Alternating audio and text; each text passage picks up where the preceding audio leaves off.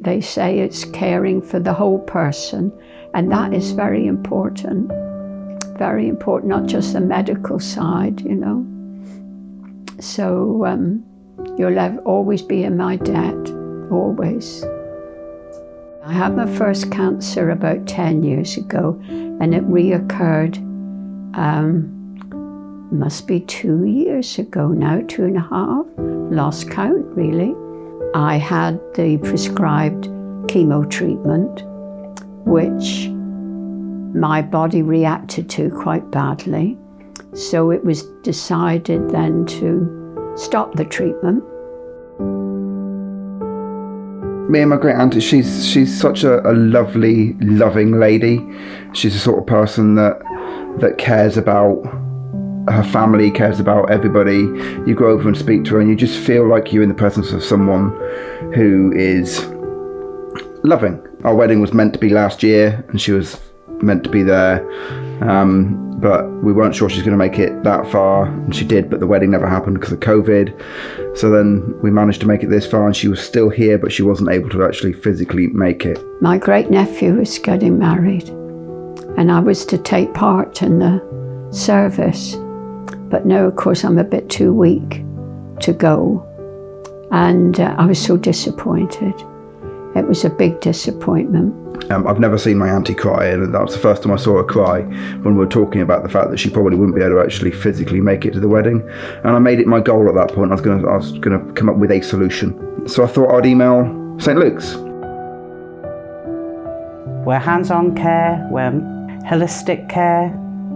We do housework if you ask us nicely and give us chocolate. With Marcia, it was the importance of being at Ryan's wedding. We knew that was a very, very important thing to Marcia, which made it an important thing to us as well. I was expecting someone maybe to go over and help her understand how to use a laptop. You offered to do all of it. You came to our wedding to be able to actually live stream it. Sent 3 people over to her house, put on a spread. She could see everything, and throughout the wedding, you know, the vicar kind of turned around and waved at her, and you know, it felt like she was part of the day. It was amazing. It was such a great experience for my auntie. She hasn't stopped talking about it. You can't put into words what that meant to me, just to see the service taking part. It was wonderful, and we all dressed up in our best clothes with fascinators, and was able to see right through the service.